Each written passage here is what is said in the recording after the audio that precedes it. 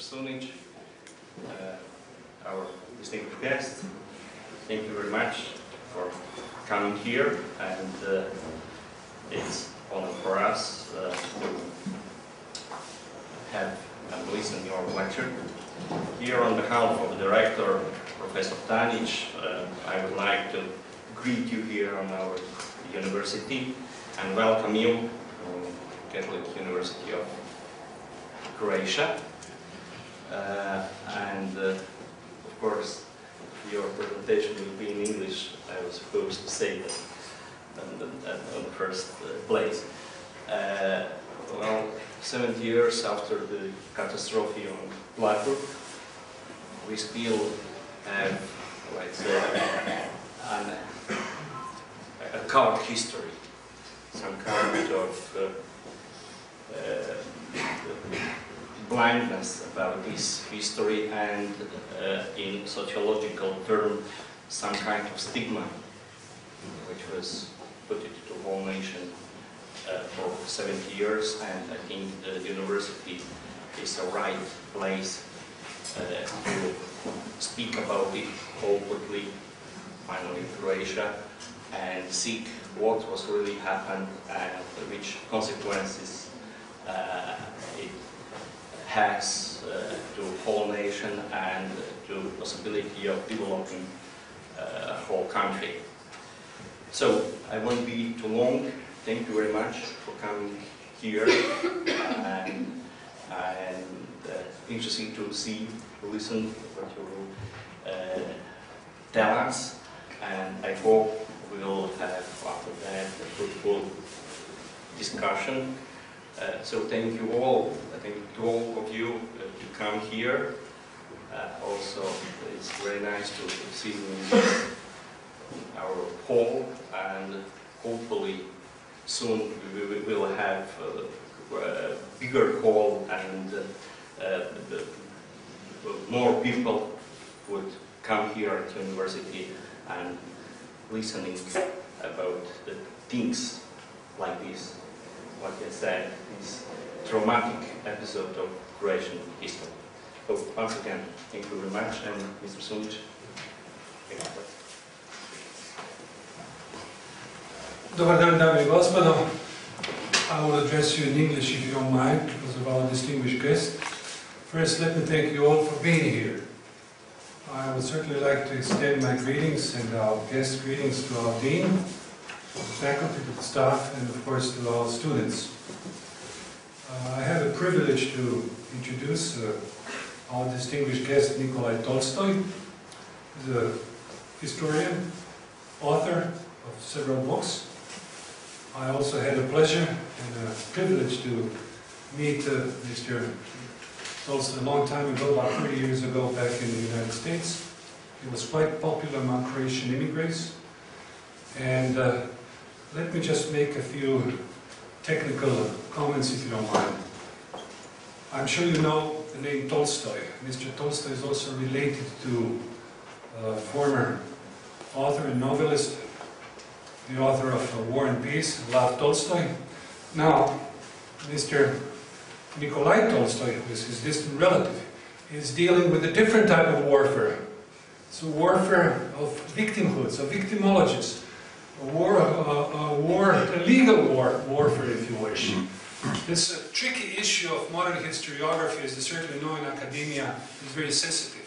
And I'm sure today Mr. Nikolai Tolstoy will provide us with some more insight, particularly as far as the Croatian tragedy is concerned here in May this year, our relatives, and of course the mass slaughter that was committed by communists, including Yugoslav communists, against Croats, and subsequently also weakened our gene pool, also physical and biological destruction of Croats, and not just Croats, but other East European peoples in the area, Slovenes and Cossacks and so on. So once again, ladies and gentlemen, dear friends, dear students, bear with me a few points. Mr. Nikolai Tolstoy will talk for about half an hour. After that, we'll just have a short break, 1 minute, and then after that, he will take your questions. And I'll take the liberty of moderating the questions. And we shall break off then in about an hour. It's going to be over. let me once again welcome our distinguished guest, and let us welcome him, let us give him a solid round of applause. Thank you.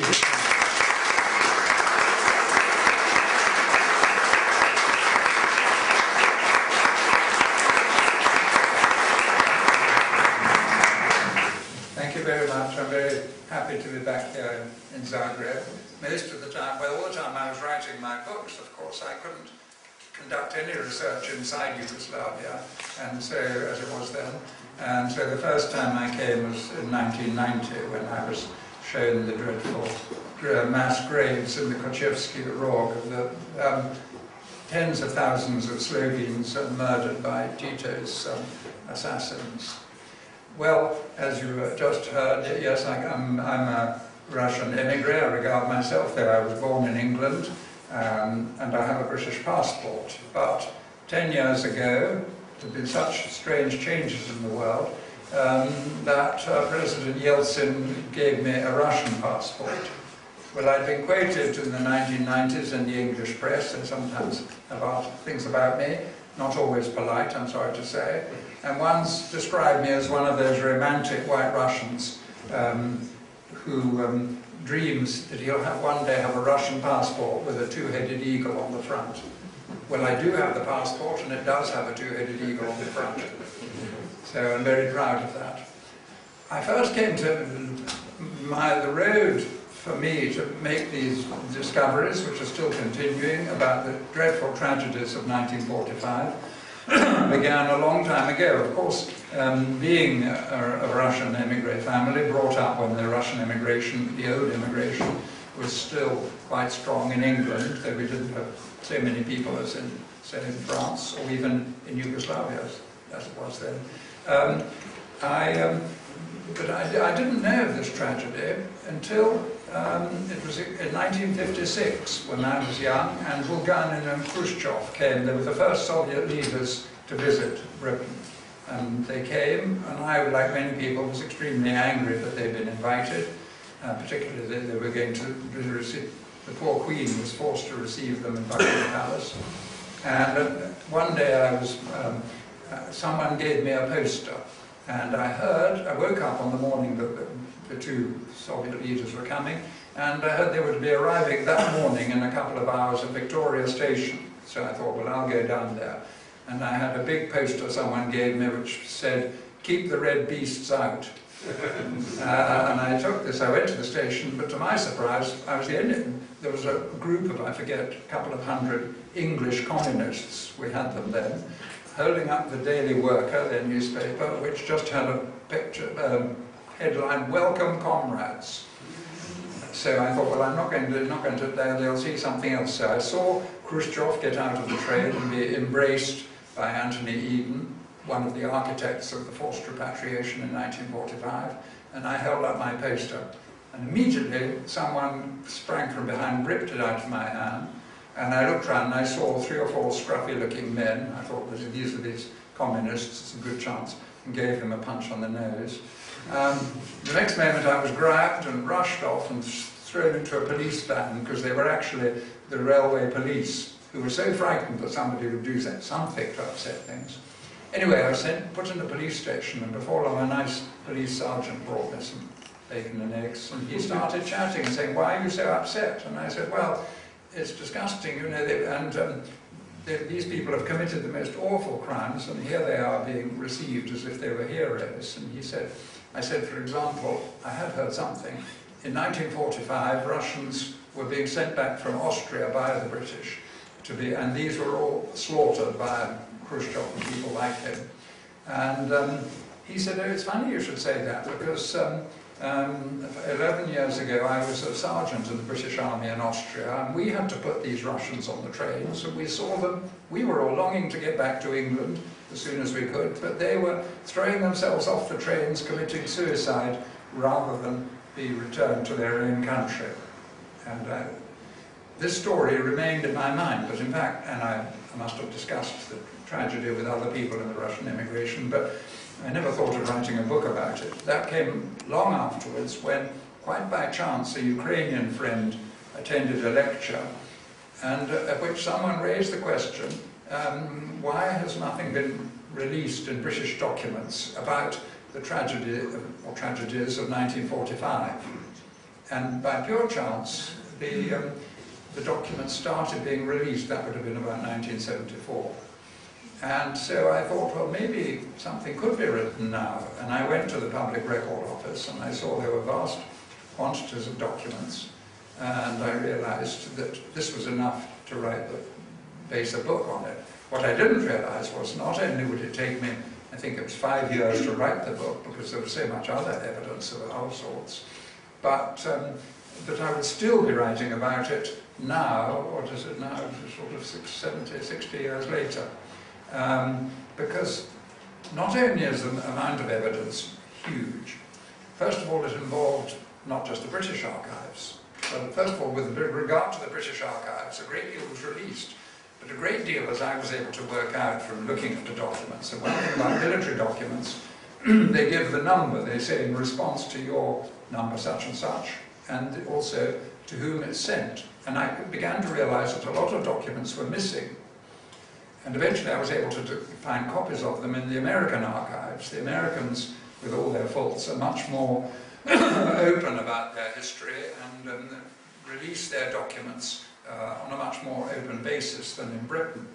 But even more important, well, as important as seeing the documents, which after all anyone could read, was to get the evidence of the people who were actually involved in it on every side of it.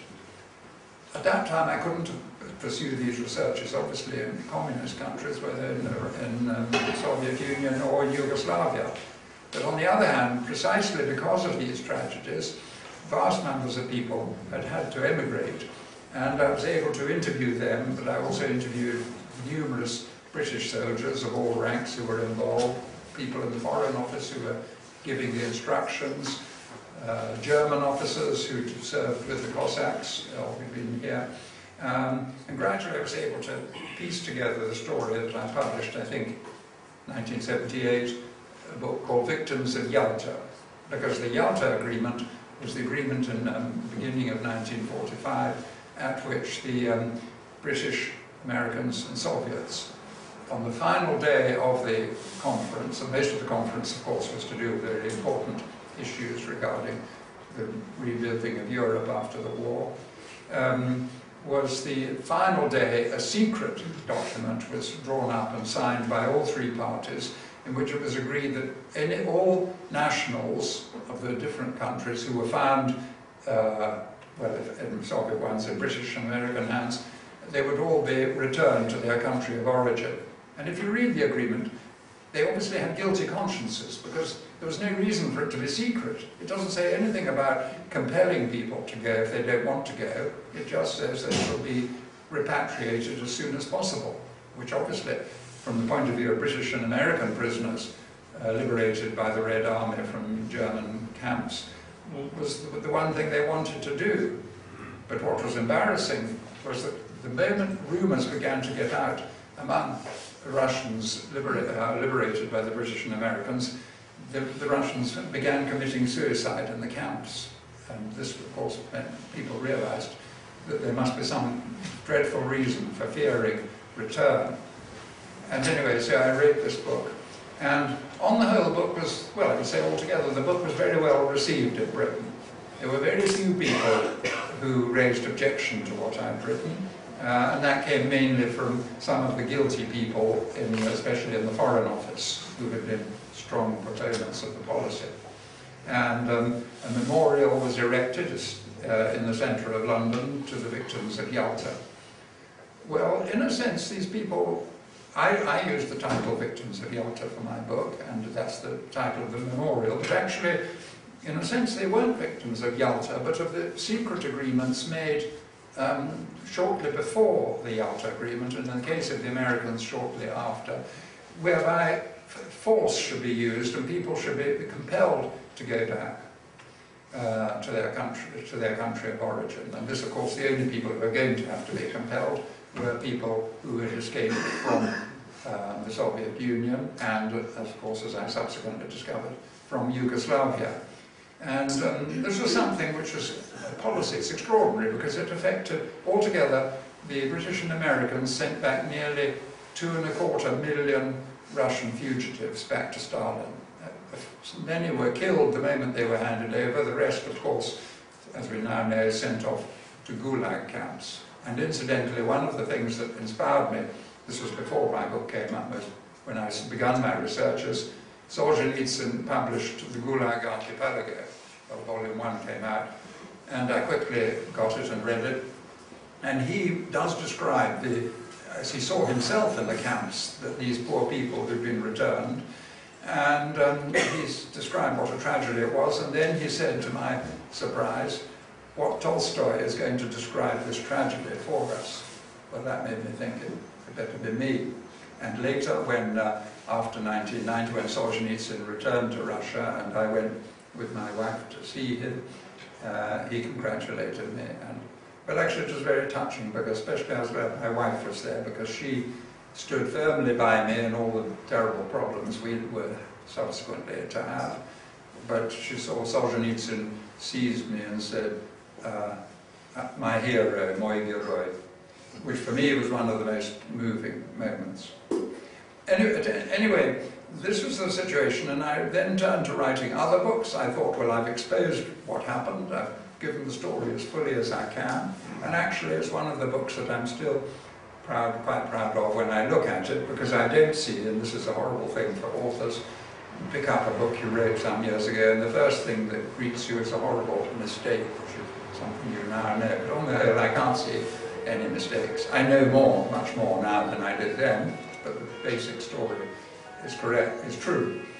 But some years after this, I think it was a Serbian friend, I forget his name now, who said to me, Nikolai, you've written about the tragedy of the Russians, the Cossacks in particular, but why don't you write something about our tragedy? Because we had also tens of thousands, hundreds of thousands of people sent back from Austria by the British, and their fate was just as terrible, if not in some respects worse perhaps, than what happened to the Russians. So, well, I don't know if it's worse to be killed on the spot or sent to a slave labour camp, not much to choose. But anyway, and I replied, well, I don't think I can write it really, because it's not something I've ever studied, and perhaps someone from Yugoslavia could, in emigration, could take up the story. But this lodged something in my mind, and every time I was reading and evidence began to come my way, I realized my first reaction was that I think I should study this, because actually, as the decisions to send back people, I would call them Yugoslavs because it's easier than saying Serbs, Slovenes and so on, and they were then Yugoslav citizens, that they were sent back from the same place, from Austria, Carinthia, and also by the same commander, and as part of a common policy of repatriating them. And perhaps if I studied this more closely, I would learn something by the back door, so to speak, about the Cossack tragedy. That was my first reaction. But as I began to do much more work, and I was before long helped enormously by people of the various oppressed nations in Yugoslavia in emigration, which was a great advantage in Australia, United States, Canada, a few in Britain itself. I began to realize it was an important subject, just as important in its own right. It does indeed throw light on the original story of what happened to the Cossacks. And I then finally decided and wrote a new book, which was published, I think, about 1985, called The Minister and the Massacres, and it is translated into Croat and Slovenian, I think, but no, I don't think in Russian. In England, the book is banned. Orders were issued that it was to be removed from every public library. Even the British Museum is not allowed to hold a copy of it. But I was quite proud, because the year the ban was put out, it was 1990, I realized that it was exactly 200 years since the last book in Britain was censored on political grounds.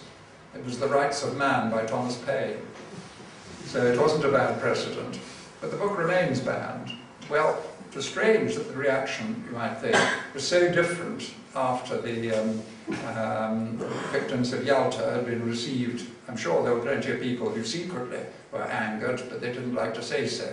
But now a complete torrent of rage was brought up against me. Of course, I have many strong supporters in Britain, but in the establishment, as we call it in Britain, the people who run the country, there was outrage. The outrage was because the minister who I pointed the finger of accusation at was Harold Macmillan, afterwards, of course, British Prime Minister. At the time, in 1945, he was the minister resident, that's to say, political advisor to the Supreme Allied Commander, Field Marshal Alexander, whose headquarters was in Naples, or outside Naples, in the Royal Palace of Caserta.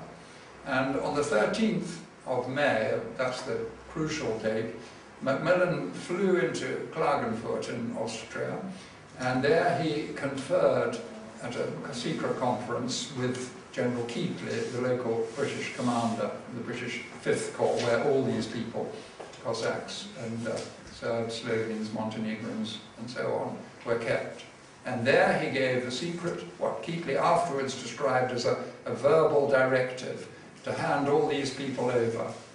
And Macmillan wasn't ignorant of what he was doing. In his diary, he wrote, to hand them back is sending them to slavery, torture, and probably death. But that didn't bother him, apparently, because actually there was no reason for this, this appalling, these decisions. The Soviets they couldn't have done anything about it if they would, and they wouldn't have done. On other occasions, the British refused to hand, but individual British commanders in other parts of Europe refused to hand people over, and Stalin didn't do anything about it. Well, the reason is obvious. Stalin couldn't afford to admit that there were millions of people, Soviet citizens, brought up in the Soviet Union, who so hated and feared their own regime that they would commit suicide rather than be returned. So it had to be done secretly, and in this way the Allies connived with him. But on the other hand, this is not what happened in Austria. I don't think can be laid, the blame can't be laid at the foot of the British governments. It's sometimes said, I know quite often in Russian emigre publications, Churchill is to blame. And it's natural to think so. Obviously it's British troops who did it. Churchill was the Prime Minister. But actually, as I've shown in my books, and nothing I've read since has made me change my mind, that Churchill not only did not know what was happening in Austria, and was certainly not informed, but he was actually strongly opposed to handing over the Cossacks in particular. He didn't know about the handover of the Yugoslavs, which was kept very secret. Now, the reason why it was kept more secret was because of what I mentioned earlier, namely that it was not Allied policy, either British or American, to hand over. It was forbidden to hand over Yugoslav citizens, except there were very specific arrangements to hand over proven war criminals for trial. So, for example, if Pavlich had been captured, as we know, he escaped and went to South America, but if he had been captured, there were arrangements in place for him. He would have been handed back to be tried in Yugoslavia. He wouldn't have got a fair trial, but nevertheless, there would have been a reason. Now, I mention this because sometimes people who are hostile to what I've written and what other people think about it say, oh, well, weren't these people war criminals? Well, the obvious answer is, how can you possibly say that hundreds of thousands of people who were never tried, never even accused in any legal sense, how can they possibly all be war criminals? And what's more is, how can thousands and thousands of women, children and old people, civilians, how can they be war criminals? Of course they can't be. But the main thing is that if they were war criminals, this machinery existed for handing them over. And indeed people were handed over and tried in this respect. Of course they couldn't have expected a very fair trial in Belgrade or Moscow, but that was how it was. So, but actually the reaction when Churchill learned that the Cossacks in particular, where there were 50,000 of them with their wives and families, in Austria had fallen into British hands.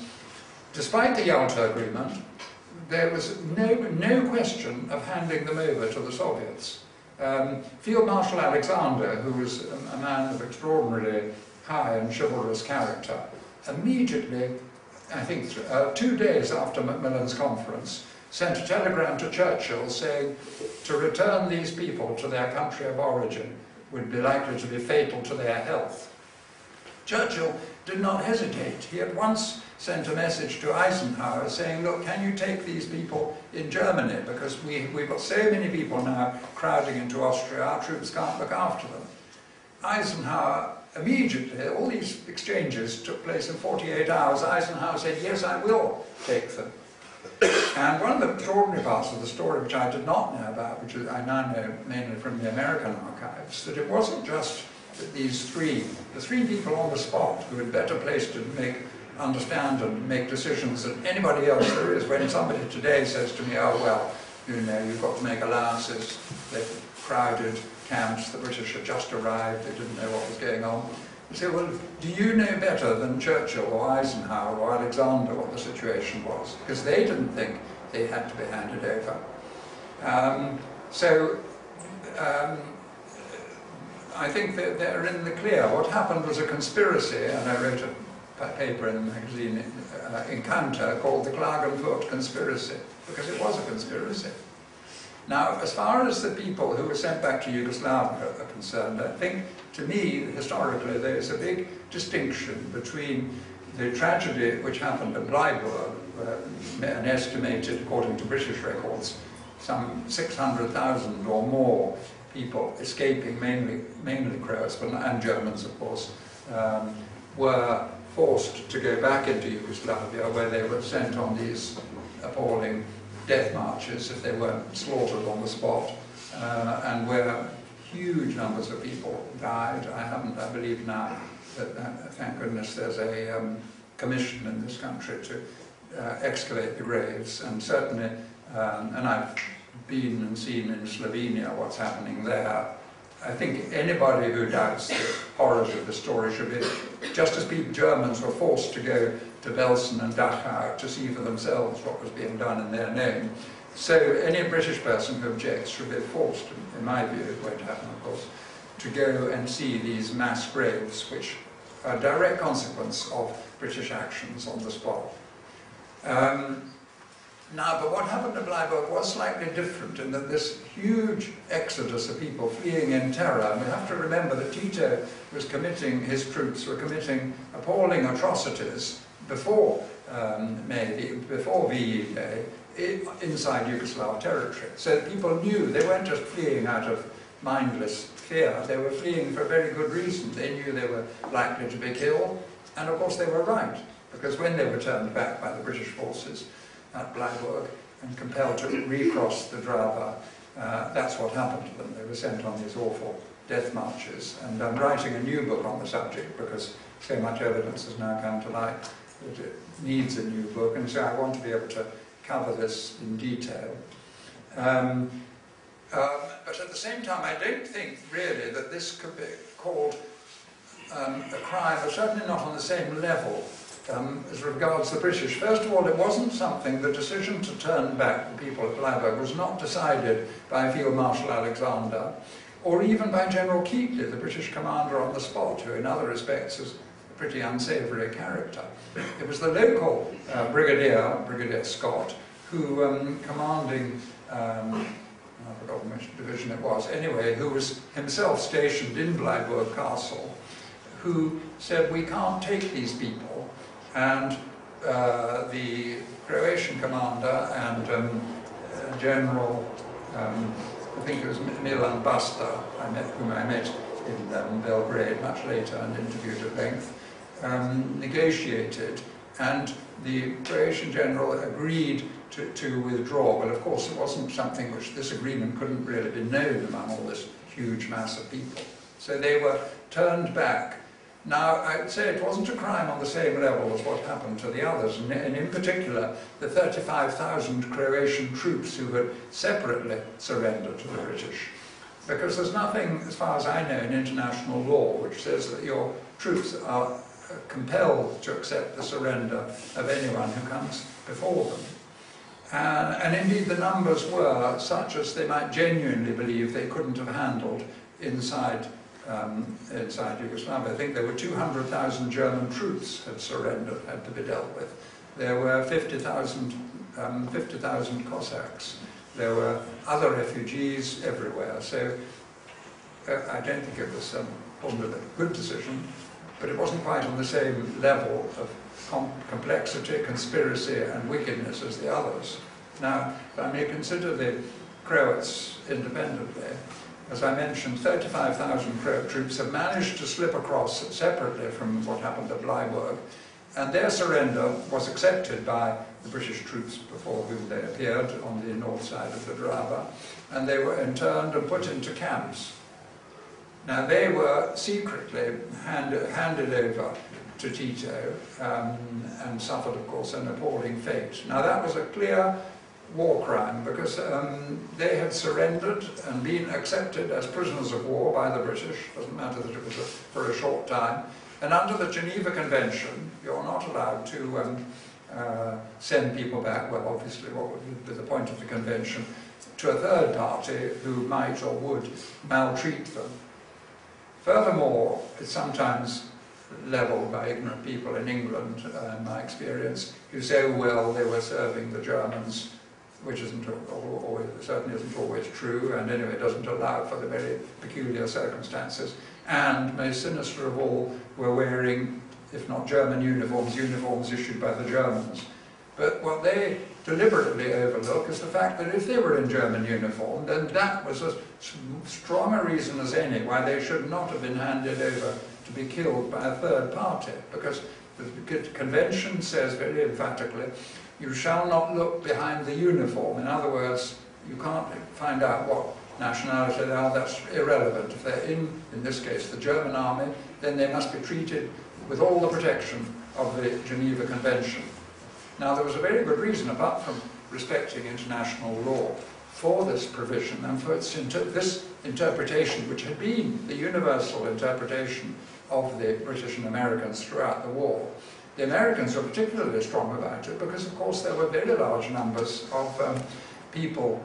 America is a land of immigrants, and so very many, in particular Italian Americans and German Americans serving in the US forces, if they had been treated in the same way by the Nazis when they were made prisoners of war, they would, of course, have come to a very short end. But the Germans, for once, respected the Geneva Convention and made no attempt to do this. But this was a grotesque violation, and this is something which the British officialdom has never yet acknowledged and would rather pretend never happened. The handover of the Croatians' troops was covered by deliberate deception of the Allied command, of Field Marshal Alexander, by implying or pretending that they were groups who, from Bleiburg, who'd managed to detach themselves and not been pushed back on the 15th of May. But this is not true, and anyway, utterly irrelevant. If they surrendered to British forces, they should have been treated properly. And this is a crime which has never been acknowledged by British officialdom. And it embarrasses me, I'm a British subject, that we have, quite rightly of course, not only commemorations of the VE Day in Britain, but also British delegations have been sent to Belsen camp to commemorate the awful fate of the people there.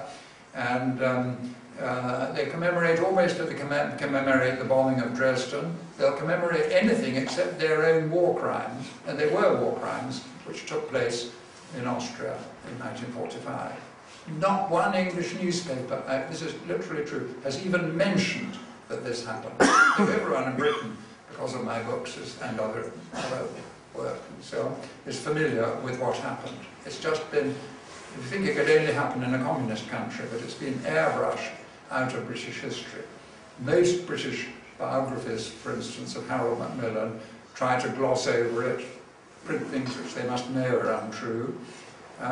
It's a very unsatisfactory state of affairs. But from my point of view, and from the point of view of those who care about these things, we are living in a different world from what we were living in even when my books appeared and could be censored, as they have been. The trial at which I was fined £1.5 million by the court, and it was discovered shortly after the trial that the Foreign Office and War Ministry, Defence Ministry, under the instructions of the Conservative ministers, had withdrawn all documents from the Public Record Office which could have compromised the British commander I'd accused, Lord Aldington, as he'd become. And I thought, well, I've written my books, there's not much I can do, but the trial ended at the end of 1989. In the following spring, of course, communism began to crack from top to bottom. And I think it was 2 months later, in March 1990, I came to Slovenia and to Belgrade and Zagreb for the first time. And in Slovenia, it was still, the communist regime was still there, but of course, it was tottering. So I had to be smuggled through the forest to the Kočevski Rog in Slovenia, where thousands of Tito's victims were murdered. But now, after that, I went to Belgrade, and there I was able to interview probably the most horrible, apart from Tito himself, horrible man of all, Simo Dubajic, who was the 25-year-old Yugoslav commissar, who actually sat in the square at Kočevje, signing for thousands of people to be tied together with telephone wire and thrown into lorries, taken through the forest into these huge, and thrown into these massive limestone pits where dynamite and hand grenades were thrown in after them, and the bodies piled higher and higher. I think one I visited is, I guess, 3 times higher than this room, simply filled with bones, and the bones were, and I think are, still all there. And now, of course, since then, they've been discovered not only in Slovenia, but across Croatia as well. And I also was able to go in Slovenia. I interviewed the British, the Yugoslav commissar, I've forgotten his name, I'll remember in a second, who made the secret deal in Austria, with Lord Aldington himself, which Lord Aldington denied ever took place, at which it was agreed, and this was suggested by the British, not by the Yugoslavs, that all the Croats and other prisoners in Austria should be told they would get on the trains, that the trains were going to Italy, because there was, particularly for the Serbs, it had a considerable appeal, because there was already a large number of Serbian Chetniks under General Damjanovic had already surrendered in Italy. And this shows the difference between Austria and Italy. The British 13th Corps in northern Italy, northeast Italy, did not hand the Chetniks over, never dreamt of handing them over, and was never asked to hand them over. So that in itself shows how conspiratorial were the actions of the British in Austria. And he confirmed that it was Aldington who said, I will do this. He wasn't asked to do it. He said, this is what we will do. We will lie to them and say they're going to Italy. And then, very soon after that, I was, well, no, perhaps a year or so later, I was invited by the Russian government, which is something I never dreamt of happening, to go to Russia, and President Yeltsin had given orders that all the secret archives were to be opened up to me. And then I was taken around, and I remember the first person I went to see was the man in charge of all the archives, called General Volkogonov, a distinguished historian, and some of you probably will know, he wrote very well-researched biographies of Trotsky and Lenin and Stalin, which are just valuable to historians. And he was explaining to me what sort of documents I would be seeing and which ministries. And then he paused and he said, I didn't understand. He said, how come the British don't understand what everyone in Russia knows is true? And I realized I was beginning to get, and then I was shown, I even went, which in my bad dreams sometimes in past years had imagined I might go to, into the Lubyanka itself to meet General Kandaurov, the deputy head of the KGB. He was very polite and charming, but I don't think I'd like to be in a cell and see him opening the door. interesting, amusing story from that General Kandaurov, anyway, he gave orders and I was given photocopies. A year later, I was back in Russia, in Moscow, doing more research, and I was told by my friends there, oh, General Kandaurov would like to take you out to lunch in the Hotel Metropole, which was, before the war, was the headquarters of the Comintern. So I thought, oh good, he may be going to let me see more evidence, and I went there. But to my surprise, he was no longer in uniform, but in civilian dress. He didn't talk at all about 1945, but explained how he was one of the bosses of the Menatet Bank, and they would like me to be their representative in the West. When I went back, I told my friends, I would ask my wife what use I'd be to a bank of any sort, hopeless with money. And they said, Nikolai, don't touch it, whatever you do. It was obviously, they were just going to try to make it sound respectable. And indeed I was very lucky, because I had read some years later that poor Kandaurov fell out with Putin and is now in prison. If I'd gone to Russia, I might have ended up next door to him. So that there is a vast amount of evidence now available. And I'm very anxious, and if anybody in the audience knows or can meet someone else who knows, please don't think that I'm standoffish. I want every tiny bit of evidence, and the fact is that when one's amassing all this evidence, quite often what doesn't seem individually to be particularly significant can be a vital brick in the construction of the whole. And also, anyway, from the narrative point of view, I like to let people, whether they're victims or the people who were on the other side, to speak for themselves, because one must, after all, the whole point of history is to try to get back into the mindsets of the people at the time. Why did they make these decisions? Of course, we're entitled to condemn them as immoral and so on, but at the same time, before we do so, we must understand precisely what happened and why it happened. And as long as there are people, I mean, in a way, studying contemporary history does, or near contemporary history, has this great advantage. You can compare the documents in many cases with the people still living who actually wrote or appear in the documents. That's of course now not so much the case, but it certainly was when I was writing initially. I've come here again. I always love coming here. I know I'm British by birth, but I was brought up in the Russian immigration, and I feel Russian, and as I say, I have a Russian passport, so I'm half and half. And sometimes in England, when I'm arguing against the European Union, and they say, well, if I'm addressing an audience, they say, well, you're Little England, aren't you? You're not really a European. I say, well, how many people here can vote in the Russian election as well as the British one? And I haven't voted, but I could. So I'm very glad to be here, but I think that's just, I had to give a very broad brush treatment, wandering here and there, but I hope people will ask any questions they like, and I genuinely do not mind hostile criticism, only if I can answer it.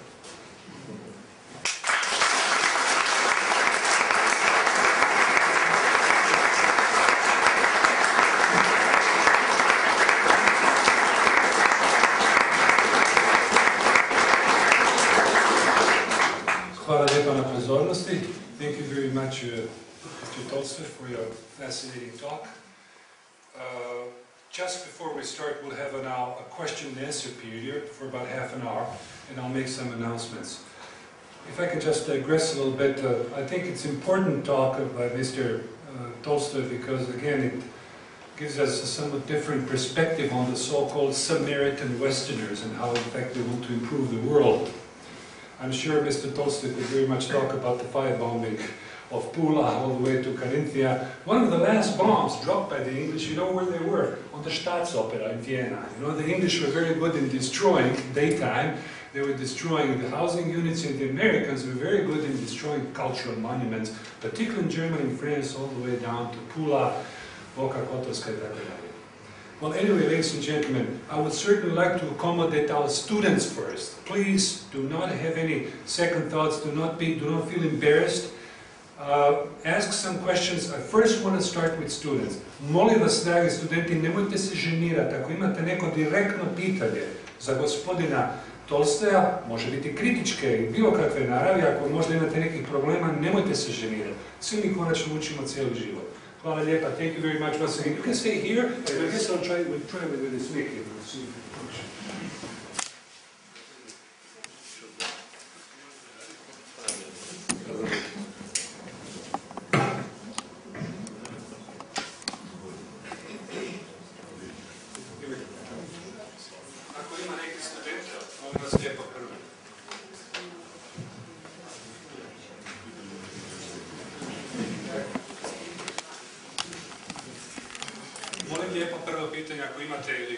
Feel free to ask a question. Young lady over there, could you please stand up and introduce yourself real briefly and make a ask a short question, please. My name is Maria and I'm studying history here on Croatian Catholic University, and I have a question. You mentioned a case of Italy and the problem of techniques. So my question to you is, what was the main difference in British policy in 1945 towards Croat army and the techniques? What was the main difference? Yes, what was the difference between British attitudes towards the Chetniks and the Croatians? Well, there was, I just suppose among ordinary British troops, they knew a lot to be able to form judgments. But if there were judgments, of course, they would be favourable to the Chetniks who had fought on the Allied side, whereas the Croats were regarded as having assisted the enemy. But the average British soldier that I've spoken to didn't really think in these terms at all. They thought that they hadn't fought against the British, obviously, and they felt that these people were being very cruelly treated. But the Chetniks are actually specified. The order which was sent on the 14th of May from General Robertson at Naples to hand over Yugoslavs, he said, accept Chetniks, and so that order was disobeyed. So they did actually realise that the Chetniks, they placed in a very difficult situation, had fought for the King of Yugoslavia, who was Britain's ally. So there was a sort of residual sympathy. But in the end, the sympathy didn't count for anything. In Austria, they were all handed over regardless and treated and portrayed in exactly the same way. The difference, of course, did show itself across the mountains in Italy, where, as I mentioned earlier, a large Chetnik force under General Damjanovic was not handed over and was never handed over. But the exception does prove the rule, because it shows that it was totally unnecessary to hand these people over. The Chetniks were perfectly well absorbed by the High Command in Italy, and the same could have happened in Austria.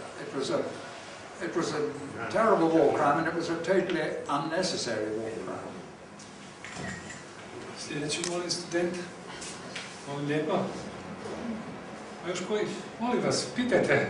If there are any more questions, please feel free to ask the gentleman. May I ask you a question? How does this square away with our can you make a parallel with the Bleiburg tragedy and the recent tragedy in Croatia that we had to face in 1991? Just a brief one. Yes, yes. Well, again, viewing it, of course, from Britain, when in 1991 Yugoslavia began to break up, British official policy was very strongly against the breakup. And Foreign Secretary Douglas Hurt said it's terrible if you've got a marvellous union like Yugoslavia, marvellous in his eyes. The idea of breaking it up is completely wrong. And I remember when I was here, when Mr. Tudjman was the president, and a friend told me how there was a delegation came from the European Union and said, you must keep Yugoslavia together. It's no good in the modern days to break up into small countries. And the friend who told me this said to the EU delegate, and which country are you from? Luxembourg. Anyway, I can't see anything wrong in being in belonging to a small country or a big one. It's better to be in a small, free country than a big. I'd rather live in Liechtenstein than China myself. And small countries often are the freest, and that's quite a different subject. To me, one of the big dangers of the European Union that is gradually swamping small countries and saying that union is good. But as G.K. Chesterton wrote years ago, he said, it's all very well saying union is good. It can be good if you have two good horses in your drawing your carriage, but it's not good if it's a union of a horse and a donkey. They're different, and people should be catered for differently. So, and what's I think worrying, but I see this as an outsider, in all countries from Russia to here, which have suffered under communism, it breeds a sort of mindset. One can see that well portrayed in George Orwell's works, where people start to think and believe things which even they themselves, one side of them, a rational part, knows is untrue, but another part has had it so driven into their consciousness that they continue to think that, well, it must be true. Of course, there's a more selfish thing. Of course, there are always people in dictatorships who've done well out of the dictatorship, and it's not just the people at the top, but people. I remember in Russia, when I first went in 1990, I met quite a few distressed people who'd had wonderful jobs under the Soviet system. Well, they were wonderful, but involved doing nothing at all. They turned up at about 11 o'clock at an office, drank some vodka, stayed till about 3 and went home, and suddenly these jobs were running out. I stayed in the home of one of these poor people. Well, I felt sympathetic, but not that sympathetic. Not that sympathetic, because actually, personally, I find it very boring not working. But they don't, I think, like that. But also, they've had drummed into them a false history. And history must be openly discussed. And this history, of course, is not open. It's not only not open, or fully open, I mean, here in Croatia, where I know there are many people who would like to see the whole story buried alongside the corpses. But it's also in Britain, the other parties to the crime, very much the other parties to it. It couldn't have happened without British assistance. And there too the story is suppressed, as I said, so effectively suppressed that in this year, the 70th anniversary of these massacres, in not one British newspaper has even mentioned them. And if I wrote a letter to the newspaper, they wouldn't publish it. It's as bad as that. It's a self-imposed censorship. Thank you. I have another, yes, sir? Can you stand up and introduce yourself? My name is Marian Boschia. I have two questions related to this idea that Bleiburg was a result of a local conspiracy. Because these forced repatriations were of such a large scale and occurred not over 1 or 2 days, but in fact over weeks, the first question is how likely is it that London simply didn't know about it? And secondly, if Harold Macmillan did this on his own for whatever reasons, why was he not sanctioned afterwards for clearly contravening Allied policy? In fact, he became Prime Minister. So these are the questions that arise in my mind, which question this idea of a local conspiracy. Is it possible that Harold Macmillan was in fact simply carrying out official but secret policy? Yes, two very important questions. Well, the first one, the sheer numbers involved and the length of the operations, which went on over the whole month of May, and in the case of the Cossacks into the beginning of June, and indeed I think a few people from Yugoslavia also were handed over after that. But the main happened in May, and it's absolutely correct, of course. It's on we're talking about a colossal scale. Well, first of all, there was, of course, it was still conditions of wartime censorship. No British newspaper had any reports of this. There was nobody knew. The only people, effectively, who knew were the troops on the ground actually pressed into fulfilling their British troops into pursuing this policy. And I have to say, because that's very important, and I didn't mention it before, is that the British troops, broadly speaking, I would say an overwhelming majority, were very, very hostile indeed to what they were being made to do. And I remember talking to the chaplain of the 8th Argylls, who had the unpleasant job of handing over the Cossack men, women and children at Lienz. And he said these were really tough young men, probably been in razor gangs in Glasgow before the war, fought all the way up from North Africa through Italy into Austria. And he said the next day they came to me and they were weeping, and they said, we didn't fight the war to become a bloody Gestapo ourselves, because that's what really they'd been made to become. But so they disapproved, but there was no way at that time, they went back on leave. But to shortcut the question, how come it wasn't known outside? Well, it did become known, and indeed quite soon afterwards, and questioned Churchill himself on the 20th of June, I think it was, too late, raised the question, who are these Cossacks? I don't think he even knew about the Yugoslavs, I'm not sure about that. And he said, who are they? And he felt a strong sympathy. That sympathy, of course, would have arisen in part, because he could be ruthless, but he was also, I think, quite a humane man at heart. But also, much more importantly, in the Russian Civil War, Churchill was the one Western statesman who wished to see, as he put it, Bolshevik baboonery crushed in its lair, and wanted to help the White Armies, and was then let down by the other Western statesmen. But anyway, be that as it may, the complaints did begin to arise. The British Red Cross, which was operating in Austria, said this is entirely contrary to the principles of the International Red Cross, and raised protest with the 8th Army Commander in Italy, General McCreary. General McCreary was horrified, immediately got onto the telephone and told Keatley that these operations had to stop at once. Keatley himself, there's a record in the Public Record Office, was interviewed by Lady Limerick, one of the chiefs in Britain of the British Red Cross, and he completely lied to her. And he said that there was no, it's quite untrue that people were beaten and thrown into cattle trucks and so on. Maybe a couple of shots had to be fired in the air, but they were all perfectly willing and volunteered to go back. He just lied.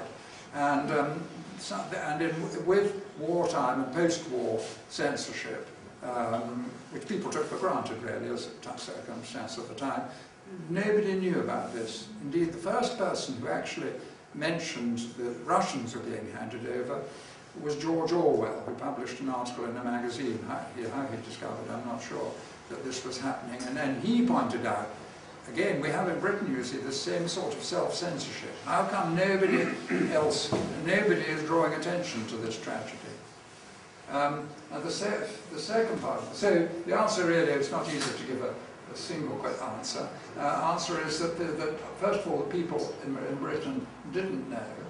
Now, yes, the second question about... Why was he punished? Yes, exactly. Why? And no one was punished. Now, I put down quite a bit of that, as far as the military are concerned, to the military instinctively holding together. Alexander, the moment he discovered what was going on, put a stop to it. Of course, it was too late, but though quite a few people were saved, but still the vast majority had already gone. Alexander put a stop to it, and I think the question would, in my view, would most strongly apply to Alexander himself, who I think must by then have become well informed, and I think must have known about the part played by Macmillan.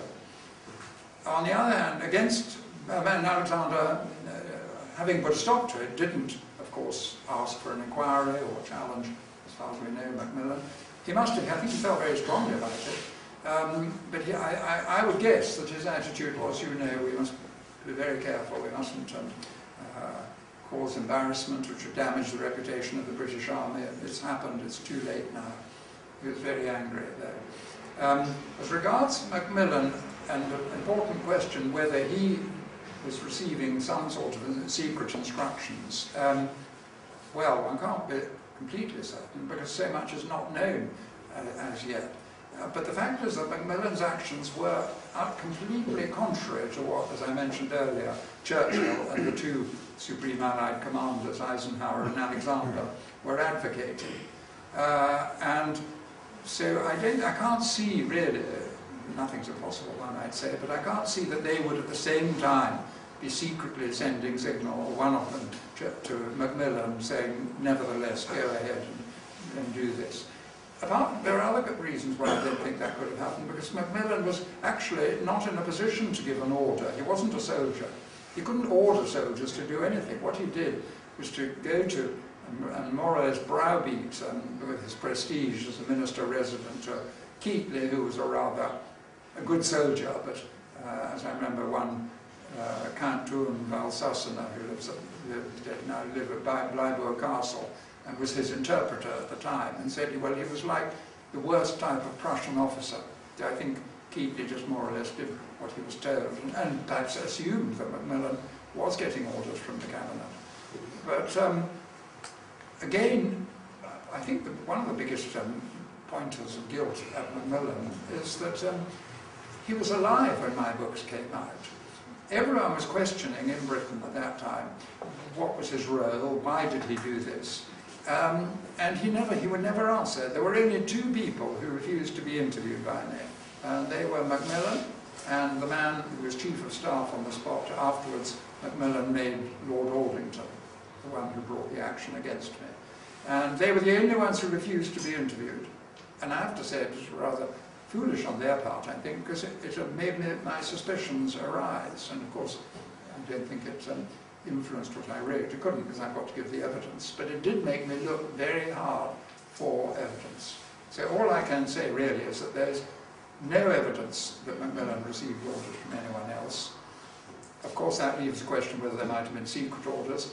But as I think you can see from this, that it's very unlikely. I mean, the exchanges between Churchill, Eisenhower and Alexander for rescuing the Cossacks were not known to anyone else, of course. They were still, everything was being conducted with the strictest military care that nothing should get out. So there was no reason for them to be, they would have had to have been lying to each other. For what purpose? So I don't think that would be possible, really. Molim lijepo, pardon, ja imam studenta bi molio ako prosite. Ima još neki student, molit ću vas lijepo, nemojte se sekirati. Yes, sir, molim lijepo, ćete se predstaviti.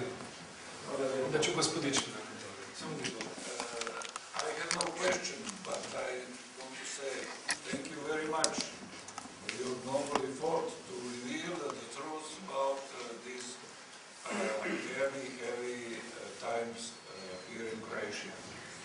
I am son of one man who was killed in 1945. I was only 2 years old. We do not know how was he killed and where is his grave. It was a big tragedy. It is impossible to express how did we suffer, because we were scared of this repression, communist repression. You know, I suppose you know that a lot of these people was driven across Yugoslavia in so-called Križni put. I don't know how to translate it in English. Dead march, yes. I don't know if my father was there or not. We suppose he was killed on the June 23rd, 1945, and we don't know where is his grave. A fate was that I found and met one of these executioners. He told me, I didn't know what I'm doing. I remember his innocent eyes, but I killed him. On Kočevski Rog, you know where is it, in Slovenia. And he told me, I cannot sleep. I suggested him to find a good psychiatrist or to confess. We have a good priest, and I told him, go and confess and tell to people that what you have done. Thank you very much. But I remember just across, I think about that there's something about communism which is particularly poisonous, I feel. And I remember when I interviewed Simo Dubajic in Belgrade, who was describing to me how he sent all these people at Kočevski Rog to their deaths. And then he looked at me and he said, but you see, you have to understand, I was a true communist, and if Tito told me to kill my own grandmother, I would have done it. So that's the sort of people we're dealing with. Gospodična mlada young lady, please. Yes, could you please introduce yourself? Hi everyone, I'm Nikolina and I'm a student of history at Catholic University of Croatia. First, thank you for your very interesting lecture. said that he was wrongly informed about mass of military and civilian refugees. So the British role isn't so guilty about that. But I read something about Commander Alexander's memo addressed to General Eisenhower, where he said that the most important thing for him in that situation was to clear up his communication lines from the burden of refugees and the military. So from this we could conclude that the British were anxious to rid themselves of the Croats. So how do you comment this?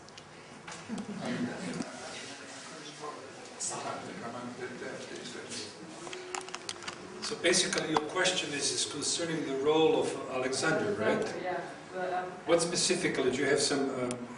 I'm talking about his memo that he addressed to General Eisenhower. Yeah, he sent his memo to Eisenhower. Where he said... What his real role of Alexander. Well, I don't know if, I mean, if you found something which is... Sorry, if you found something which... I couldn't quite follow what the memo said, I'm sorry. He said, the most important thing for me is to clear up... Just speak louder, louder.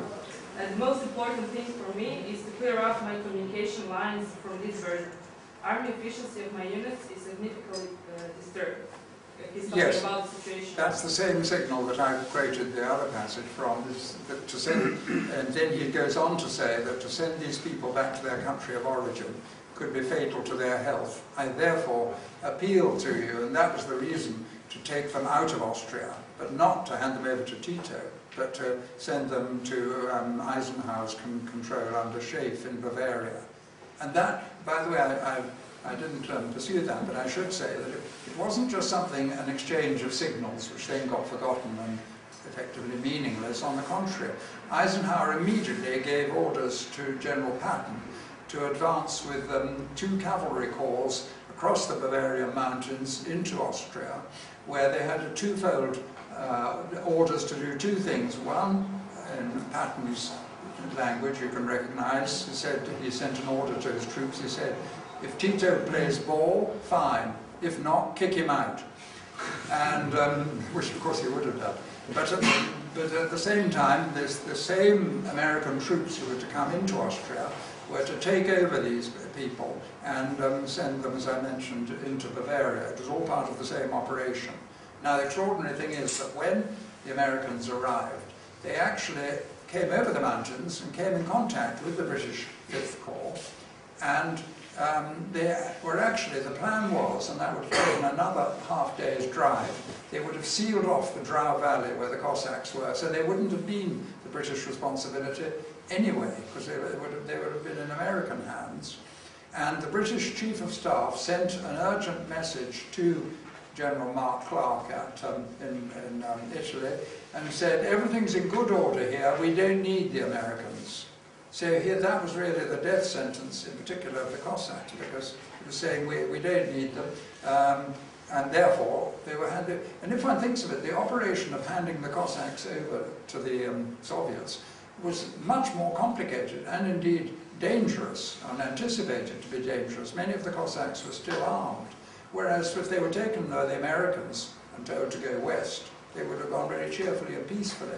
So the British authorities, this is one of the many mysterious aspects of it, were prepared to risk the lives of British troops to fulfill a cruel operation which they themselves knew was totally unnecessary, and simply by not lifting a finger, just letting the Americans come in and take them over, the whole thing could have been solved. So it was, there are very deep strands to what I would still call this conspiracy.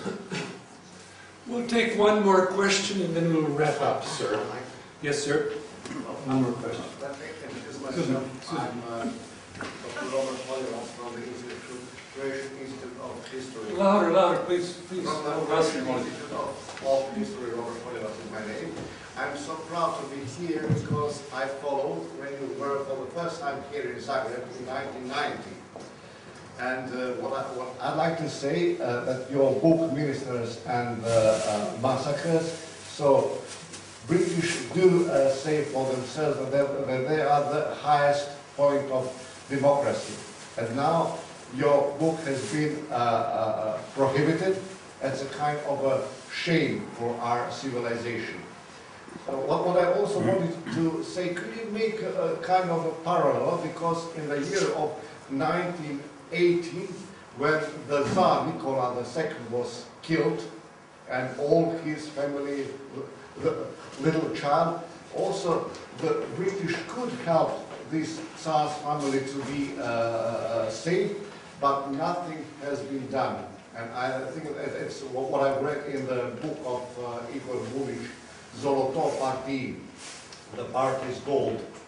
And I think that your late relative, Grof Nikolai Tolstoy, when he died in Astapova in 1910, that he could see what will happen. Thank you very much for doing this. Well, thank you very much. But I would say that though my book is censored in Britain, it's not censored everywhere. And when I was in Moscow about 8 years ago, I went to the opening of a big museum for the emigration, which Solzhenitsyn had funded and arranged.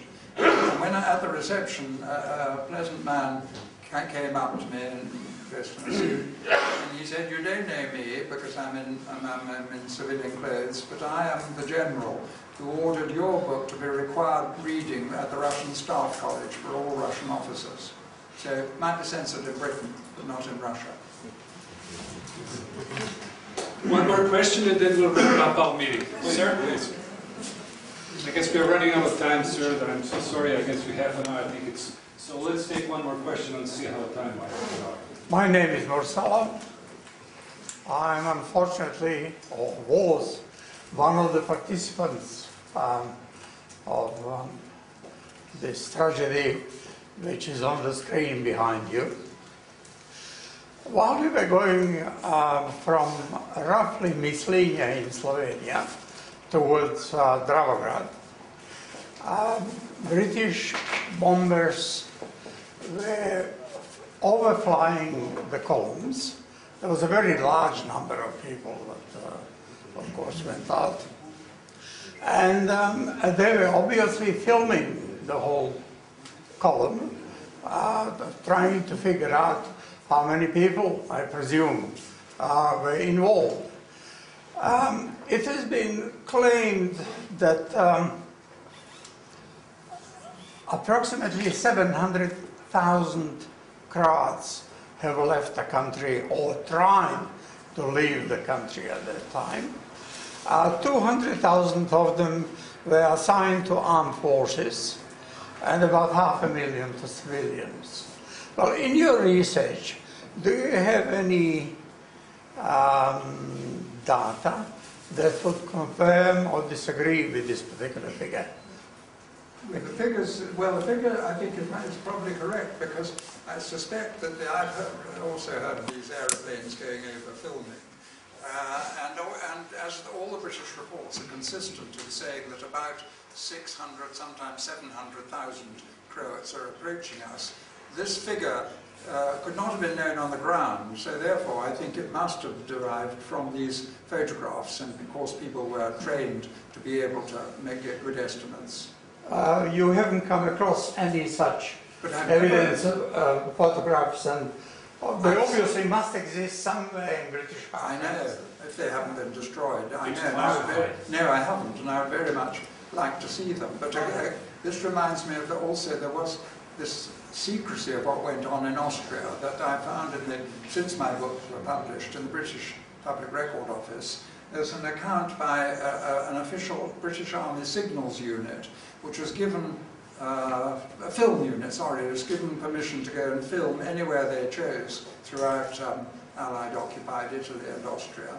And they arrived in Austria and came near where one of these operations, I don't know if it was Russians, I forget if it was Russians or Yugoslavs, where they were about to be handed over. And immediately the soldiers came up to them and said, "You're not allowed to film here." And this man showed us, I got passed from Allied Force headquarters. So it doesn't matter, you can't do it, and they were told to go. So there was heavy censorship within Austria. Thank you. Well, thank you, ladies and gentlemen. Let me wrap up this talk. We're running out of time. Let me just make a few announcements, because otherwise I'll forget. This evening at 6 p.m. there is a round table, at Capital 29, I guess. It's a Vienna meeting. There are some prominent Croatian historians who will take part in it. Mr. Banac, Dr. Hasanbegovic, also our Archbishop Bosic, and of course the gentleman, Mr. Tolstoy. He will also participate in discussion. I presume there will be a simultaneous translator over there, so there shouldn't be any problems even for the larger crowd. Now, of course, just a few more minutes. I certainly should not forget again to thank my colleague, Mr. Dinko Čutura, for setting up this meeting. And of course, I would like to thank also Ms. Susanna Lipar, and of course the Dean again for setting up this meeting. My last comment, Mr. Tolstoy, I'm sure you can probably add your comment on it. The intellectual climate in the UK, of course we know what it's like. Let's talk freely. We know what self-censorship is. We knew self-censorship was probably the good side of censorship because you knew who the bad guy was. But the self-censorship, particularly in American academia, is very strange. You mentioned, that certain books are not allowed to be read or so on. You didn't have any legal, well, you did have legal problems. However, I need to tell you, there are books coming out, even in the mainstream press in the United States of America. Of course, there's the First Amendment, and things can be still published there. But even in the mainstream press, I'm sure you're familiar with Goodrich, you're familiar with also Pat Buchanan, who published books on the very critical books of the Western Allies and so on. I have a last comment just before we break off. What's the intellectual climate in UK, and how can we compare it with the intellectual climate here in Croatia? And then we can break off. Yes, well, very briefly, there is very much a sort of fashionable establishment view, which is quite difficult to oppose. Our British newspapers, like many other countries, are owned by a very small handful of people who are quite happy to censor news or to twist or order their journalists to publish in the way they like. The worst offender, I suppose, is the BBC, which is the least impartial of all. And it's interesting, when the BBC is recruiting staff, they only advertise in The Guardian, which is the left-wing liberal, very small circulation newspaper. No one else is allowed to get a look in, so they perpetuate their own breed. I think to some extent it comes psychologically from the superficiality of what they're doing. They don't have time to do the sort of research perhaps they should do, but they feel vulnerable, so they close ranks. And anyway, the views which they express over their little tea parties in Notting Hill Gate or Hampstead are all identical, and dissident views would never be heard. And that's why in Britain we're beginning to see suddenly that politicians are getting frightened because they're completely out of touch with human beings. Well, thank you very much. Let us thank our